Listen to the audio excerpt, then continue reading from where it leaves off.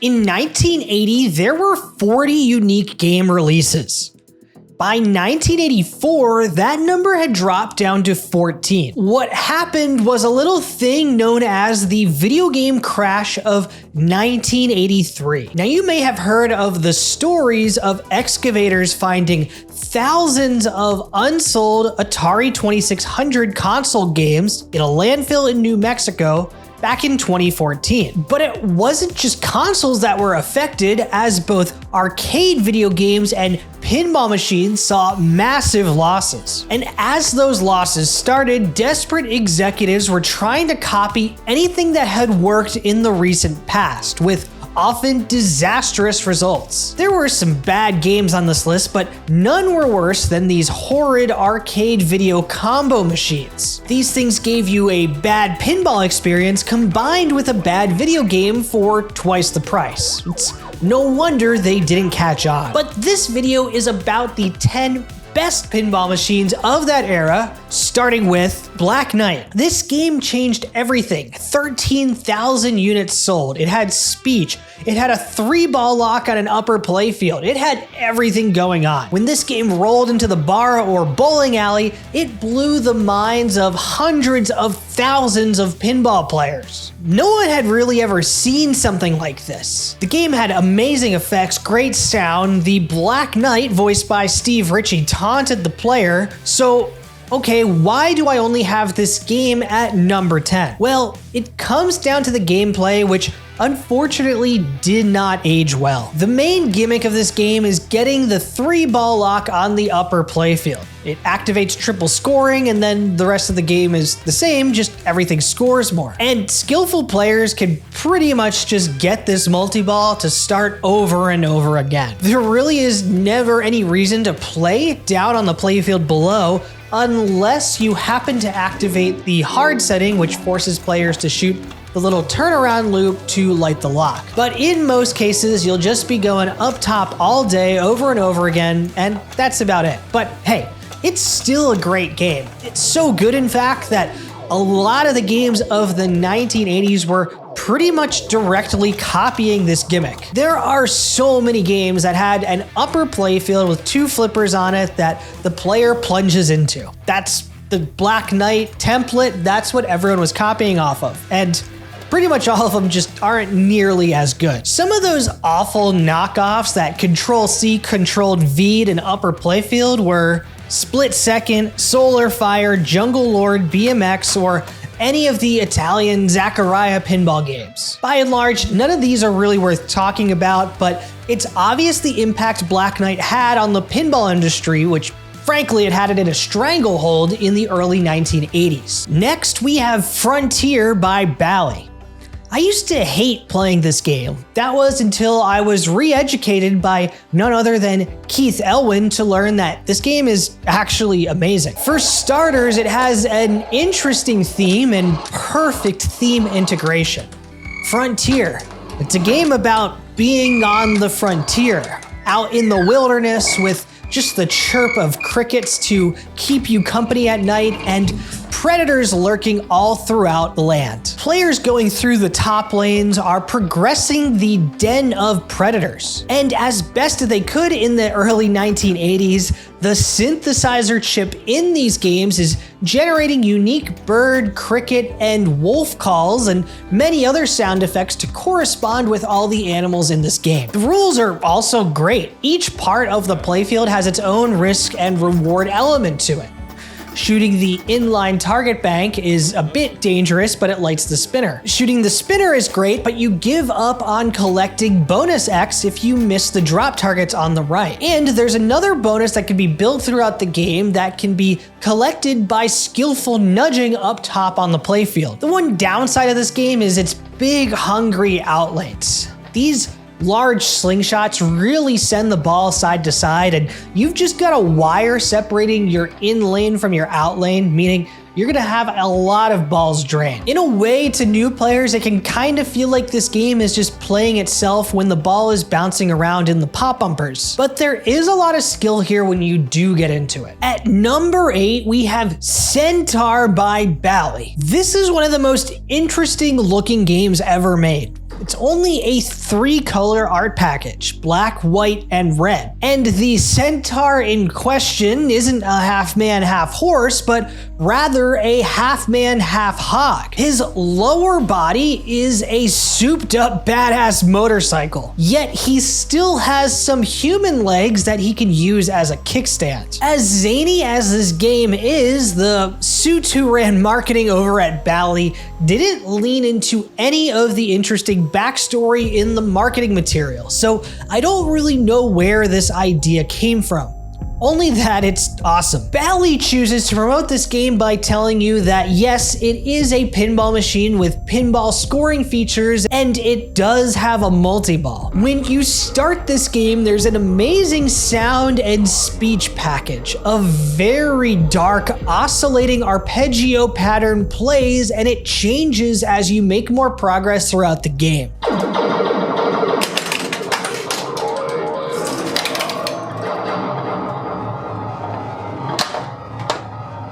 There are at least 3 ways to start multi-ball in this game, but the main thing you really want to focus on while playing your multi-balls is building up your bonus and bonus multiplier. The rules are a bit confusing. Spelling orbs will sometimes start multi-ball only if you spell them in order. Otherwise, it just banks orbs and you have to release them later, but you need to qualify that before you can release them.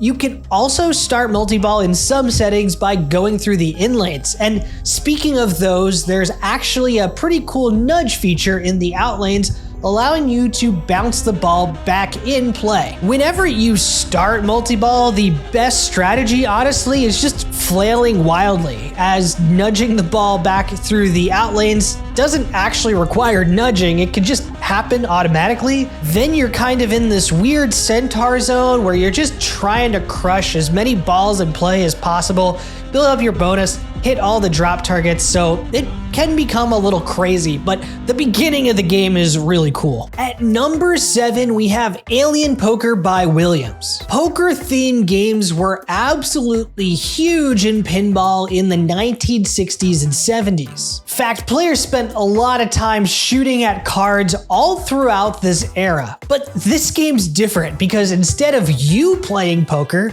it's some aliens playing poker, and boy, do they look cool doing it. The rules of this game are actually a lot of fun. There's this obvious risk-reward element in completing the targets in the middle of the playfield and using the top lanes to build your multiplier before you do so. The bottom right double flipper arrangement offers a lot of challenge, unless people chicken out and put a wire in between the top and bottom right flippers to prevent you from draining. But honestly, you should never do that because you ruin all the fun. Completing your hand isn't the only strategy to go for on this game. Chasing the jokers around the playfield is also great for boosting your bonus multiplier. Moving the lit pop bumpers are actually skillful in this game. When you reach your 3rd level of kings, you light the spinner, and players can actually sometimes get the ball back to the shooter lane, allowing them to launch the ball up the spinner lane. But if that doesn't work, there's actually a pretty good angle from the top right flipper to the spinner that most players don't usually go for. You'll see this game a ton in classics tournaments. Skilled players love picking it because it really rewards the accuracy on hitting the drop targets and the push your luck challenge element of completing the kings and building your bonus multiplier. I think it's a great game overall. I wouldn't really change a thing about it. At number 6, we have Sea Witch by Stern. Stern Electronics was a victim of the video game crash of 1983. They ceased to exist and make games until Gary Stern wound up starting Data East. That company became the Stern we know today, but this Stern Electronics, was a bit of a different beast. They released some really solid games in their short run, and one of those is Sea Witch. This is a beautiful game with a great sound package. It's a very blue, teal, and green undersea theme with the Sea Witch herself present in the game's back glass. In classic 80s overconfident sound engineering fashion, there are digital waves crashing against rocks rocks, creating the soundscape of the Sea Witch experience. You'll see these games around a lot, and let me tell you, people love keeping their Sea Witch looking great with lots of LEDs, nice clean play fields, and nice rebuilt flippers. Really, the highlight of this game is the ahead of its time playfield layout. Sea Witch doesn't have the first loop shot, but it does have a great attempt at it with the big figure 8 loop around the top of the playfield that players can hit with the upper right flipper. There's a cool rule to build up your spinner value by shooting the targets around the bumpers and then shoot the right spinner. But the main strategy players want to go for is building their multipliers at the 3 target banks that are lit with the X. This game is so good, in fact, that it was remade by Stern Pinball later in the form of the Beatles. And a lot of people don't know this, but when you play the Beatles, you can actually play the original Sea Witch rule set. That's right, pinball programmer Dean Grover, aka the Reaper, added a special mode to allow players to play the classic Sea Witch rule set on their Beatles game. Beatles is very similar to Sea Witch, but it's tweaked in almost every way to make the gameplay a lot faster and with a lot faster loop around the playfield. But it still takes its character and elements from that Sea Witch layout. At number 5, we have Bally's 8-Ball Deluxe. I don't know about you, but anytime I hear that I have the chance to play 8-Ball Deluxe, I get very excited. And it's not because this game is easy, but because it's so satisfying when you do have a great game on this machine. 8-Ball Deluxe is easily the best pool-themed pinball machine ever made. Pool and pinball are longtime cousins of the dive bar. There are tons of pool-themed games, almost as many as there are poker and card-themed games. But to me, this one really stands out. It's a really challenging playfield with these enormous slingshots that love sending your ball out of control and a very unpredictable pop bumper area up top. But to compensate for it, everything you hit in this game is worth a ton of points. Whether it's the drop targets on the right or cashing the 8-ball after a rack of balls, or the in-lane multiplier, or the left orbit rollover switch. And hey, I just named all 4 shots of the game, but all 4 of them are worth going for in different situations in the game. Scoring can be cumulative, but there's always a way to come back on 8-Ball Deluxe. A lot of that time it means just grinding out left orbits if you're too far behind, making this still a very fun competition game. The only part that doesn't age so well is that the game is super replay focused. When you spell deluxe across the back panel, you actually earn 3 free games, which is pretty useless to anyone today because you're probably going to be playing 8-Ball Deluxe in a home collection or a pay at the door kind of pinball arcade. But still, super great game, great effects. It's a lot of fun. I love 8-Ball Deluxe. I'd love to have one, but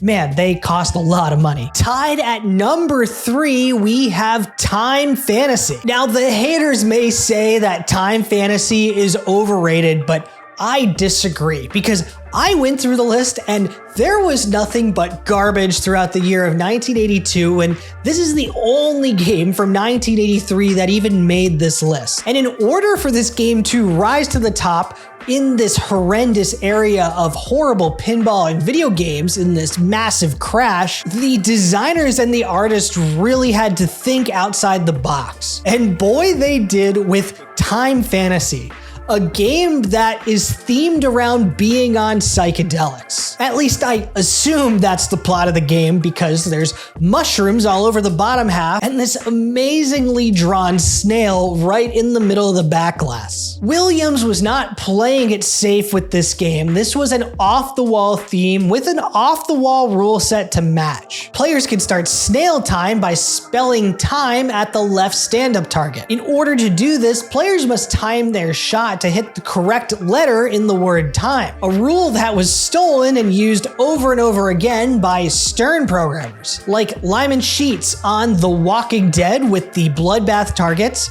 like Keith Elwin on Iron Maiden with the second level of Mummy Multiball, and by yours truly on Rush with the 3 bank of instrument targets on the left side of the playfield. Now, the only real issue with this game is that it's not actually that fun to play over and over again.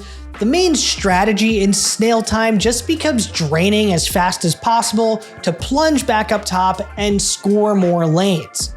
Completing all 5 lanes at the top can light double scoring, and that's where all the money is in Snail Time. Also tied at number 3, we have Space Shuttle by Williams. Now, it's well known around the pinball industry that this game saved pinball. In 1984, in the midst of this giant crash, Space Shuttle sold 7,000 units, which was an absolute miracle at the time. What carried it to this lofty number was some amazing effects. A great sequence of lights in the middle of the playfield, great sounds, great light shows in the back glass, a ringing bell in the playfield, and a great multi-ball sequence. Game obviously has a big space shuttle on the back glass and a big space shuttle toy right in the middle on the center ramp. It also has a nice smooth shot up the right side where players can rip the spinner for lots of points and get the ball back to the top pop bumpers. Now, when players play this game, I often see them struggle with what to do when the ball comes down the in lane on the right flipper. And I've got a tip for you guys. If you're playing Space Shuttle, you already have a ball locked on the left, and the ball is coming fast down the right flipper lane, just shoot at the locked ball.